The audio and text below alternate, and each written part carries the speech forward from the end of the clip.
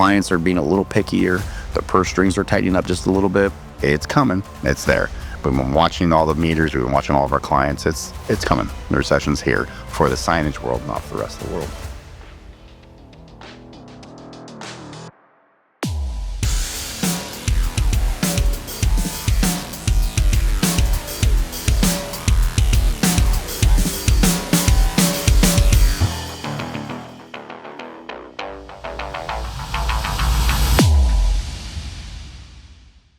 Oh, it's another beautiful day. I tell you what, we are having Santa Ana winds right now in San Diego, 89, 90 degrees, and the wind is blowing from the east. Hopefully the wind stays picking up pretty good because that means all the airports got to fly in the wrong way, and it's awesome to take off a different way because it's something new and exciting. Hopefully I can go out there and a little fly this afternoon. All right. For those who didn't see us in Orlando last week, we were at Printing United, the first time that SquareCoil ever showed up to present there. You know, we've been going to the Sign Expo for 11 years now, but first time at Print United. And let me tell you, holy moly. If you thought the Sign Expo was large, wait till you go to Printing United. It's massive. It's absolutely freaking massive. So let me walk you through how it went, and we're kind of summarize and give an aftermath and afterthoughts of good old Printing United 2025. Monday, flight, easy peasy from San Diego to Orlando. You burn a whole day. It is what it is. Nothing big, nothing eventful there. Get in, get dialed in, get your hotel rooms, and away you go. Day 2, Tuesday, we have to set up our booth. Now, if anybody's never set up a booth before, let me tell you something. It is not exactly enjoyable. They don't turn the AC on. There's not really somebody running around asking you every 5 minutes if they can help you or set up. Like, it is kind of every man for himself. And when you go there, and if you have a really big booth, you're going to need manpower, you're going to need scissor lifts, you're going to need a rigging company because you got your big sign that's hanging above your booth. There's a lot of pieces. Now, when an event of that magnitude goes on, the people are in the back room. In this particular case, they took over so much of the convention center that we actually had to go upstairs to an office to find all the different vendors. So we had to set up and go to the rigging vendor, go to them and say, hey, we have a rigging in our sign. We have to set that up. And that's first. We can't build the booth until we build the sign and wait for them to pick it up and put it up on the roof. Or not the roof, but, hang from the ceiling. So we build the sign, we hang out, and normally this could be an hour to a 2-hour wait where we're literally twiddling our thumbs. In this particular case, it was a whopping 10 minutes. It was awesome. As soon as we show up, the rigging guys show up, they hang the sign, they're out of there. Now we can start putting the booth together. Now, our booth's pretty tall. It's a 2-story booth. And so we need a scissor lift and 2 men to help build the actual section. With that being said, again, we have to go all the way back to the end of the trade show. Now, when I say the end of the trade show, you're like, oh, Aaron, you had to walk 100 feet. No, you had to walk a 1/4 mile. That's how long and huge this trade show was. And 1/4 mile, it might be a little bit more. It was so far that when we sent one of our team members, Jamie, she actually did a jog and ran there, but she's like, if I walked, it would have taken too long. So she runs up, gets the 2 laborers that we need help from, and comes back. As she's walking back, they drove the scissor lift over and helped us.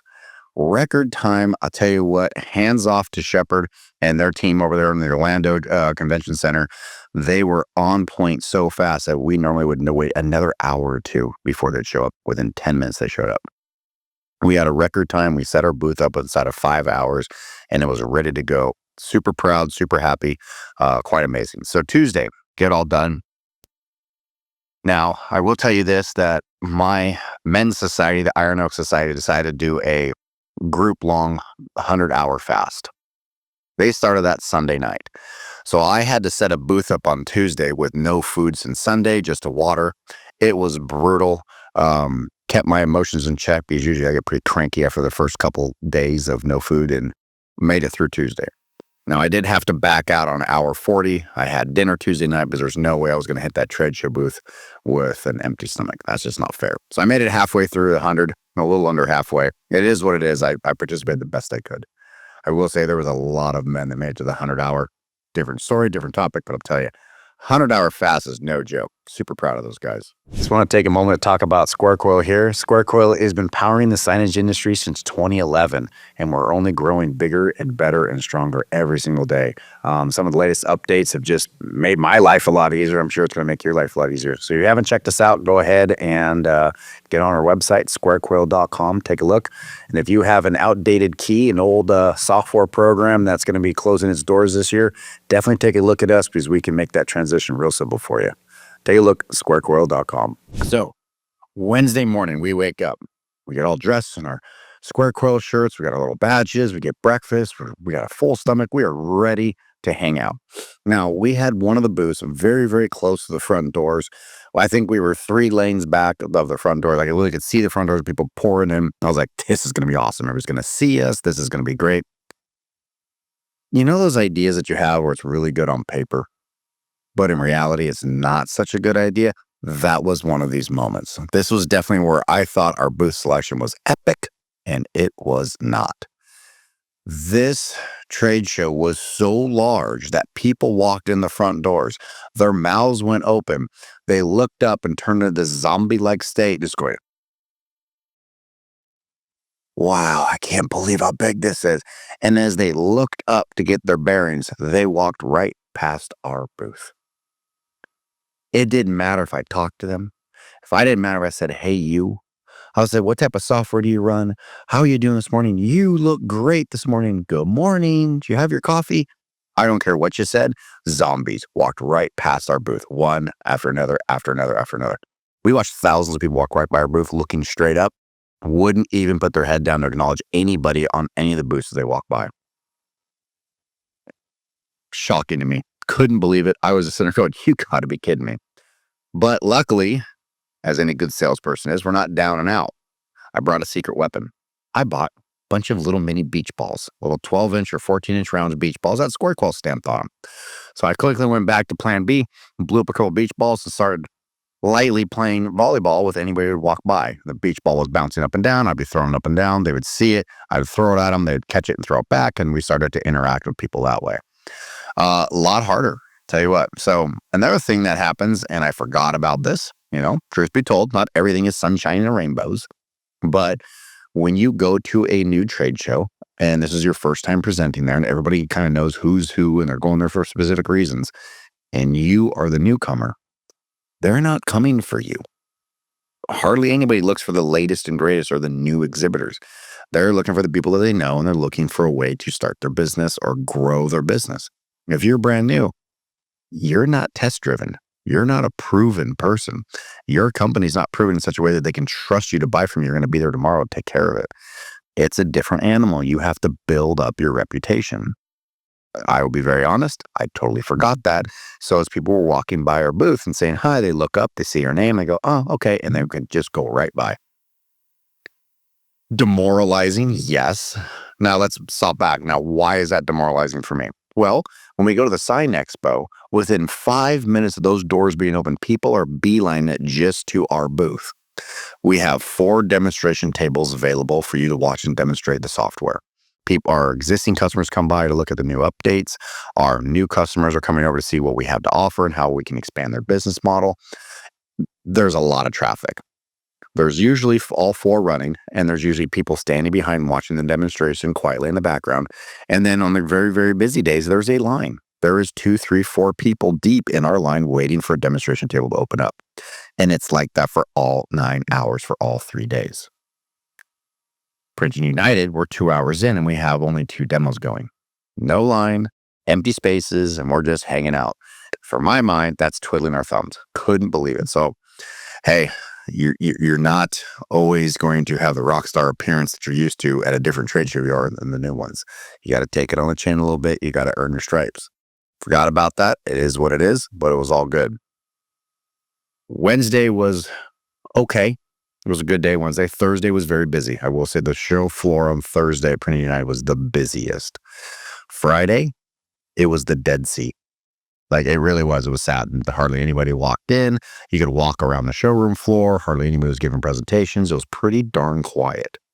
So I will say, if you are going back to Printing United, you can't see the whole show floor in one day. That's impossible. But You might be able to get some really good one-on-ones on Friday because it was pretty dead. I will say that. Now, why is Printer United so large? Well, I found out that this is kind of the what do you well the junk drawer of all of the shows. I'm not saying that to be sarcastic or be mean because it's not that, but we don't know where to put a pair of scissors or put a tape measure or put a pen or put a little notepad. It kind of goes into one drawer, right? It's like the leftover drawer. They had digital printing labels. A whole industry was there. They had box printing. They had bag printing. They had digital printing and signage. They had mailers.